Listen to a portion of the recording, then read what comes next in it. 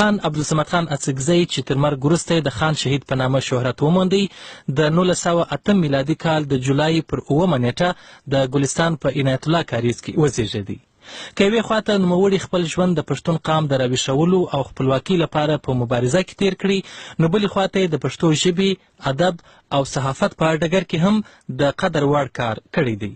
خان عبدالصمد خان اڅکزي په 14 کلنۍ کې په سیاست پیل وکړي، خو د ژوند څه کم 3 لسیزې یې د انګریز او بیا د پاکستان په بند کې تېرې کړې او خپلې زیاتره زده کړې هم هلته ترسره کړې.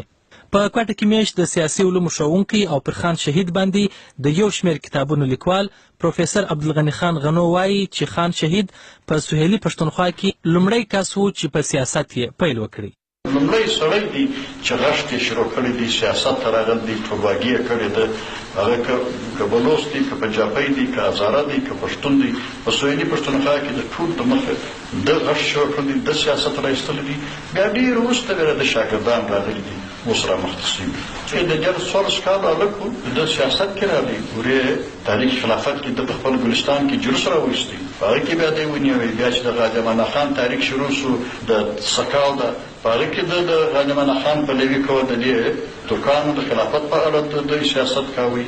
بیا د خپل پښتنو په حال کې د وکتل چې دا پښتو د پښتنو حالت داسې خراب دی، پښتو نشته، د دې لپاره کار وکړي او دغه سرکار دغه کوي. د سیاست ترڅنګ خان عبدالصمد خان اڅکزي د خپل دور یو تکړه ژورنالیست و او په 1915 کال کې په بلوچستان کې د استقلال په نامه اخبار پیل کړي. د دې سربیره نوموړي د پښتو ژبې د سوچه کولو او پښتو ته د یو شمېر کتابونو د ژباړلو دنده هم په ډېره مېړانه ترسره کړه. د اسلام د سپېڅلي کتاب قرآن مجید او نور یو شمېر کتابونو ژباړې نوموړي په زندان کې وکړې. په دې اړه پروفیسر عبدالغني خان غنو یو ځل بیا انګریز د یوه چوته راوایسته، په بندي یې کوي، ویې تړي، سکول یې پر بند کوي، ښوونځی پر بند کوي، تعلیم د نه وکړي، زده کړې نه وکړله.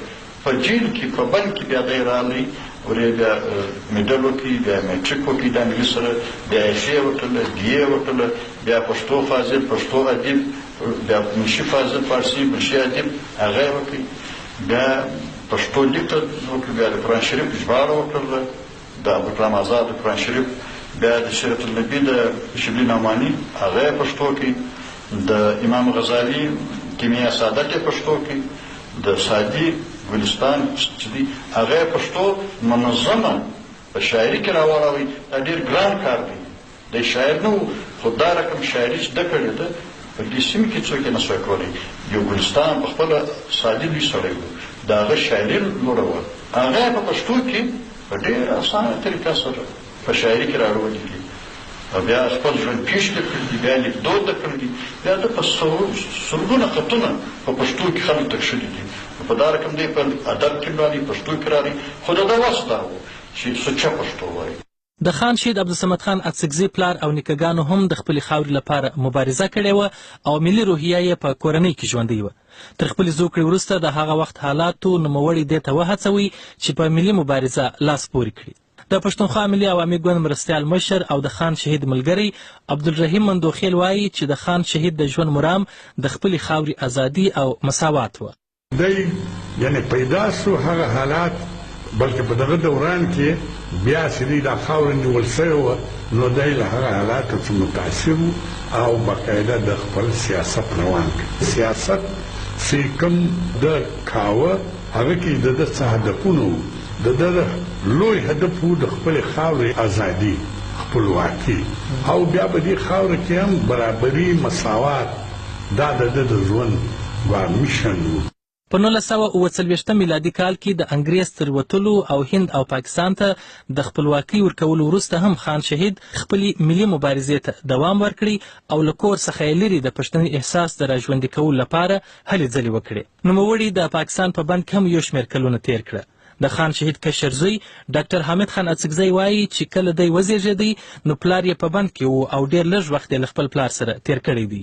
موږ د ده سره وخت تیر کړی نه دی په یو معنا.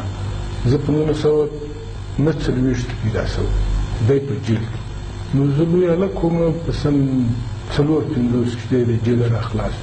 نو موږ بابا نه پېژاند، بیا چې څومره تېر شو ومې پېژاندی.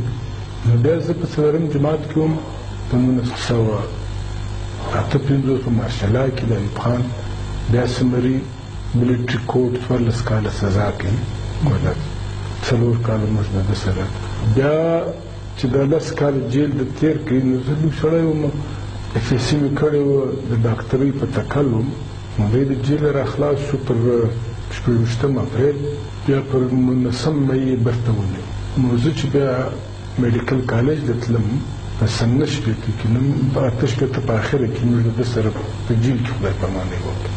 خان شهید عبدالصمد خان اڅکزي خپل ژوند د پښتنو د خپلواکۍ، یووالي او د پښتو ژبې د پرمختګ لپاره ځانګړی کړی و. د 1983 کال د دسمبر پر 2 نیټه د کوټې په سید جمال الدین افغاني واټ کې د شپې پر 4 بجې هغه وخت نامعلومه کسانو د ده کور ته 2 بمونه ور وغورځول کله چې دی بیده و. همدغه د ده د ژوند وروستۍ شپه سوه. خو د سیاست، صحافت او پښتو ژبې او ادب په ډګر کې چې نوموړي کوم کارونه ترسره کړي دي هغوی اوس هم د ده نوم ژوندی ساتلی دی.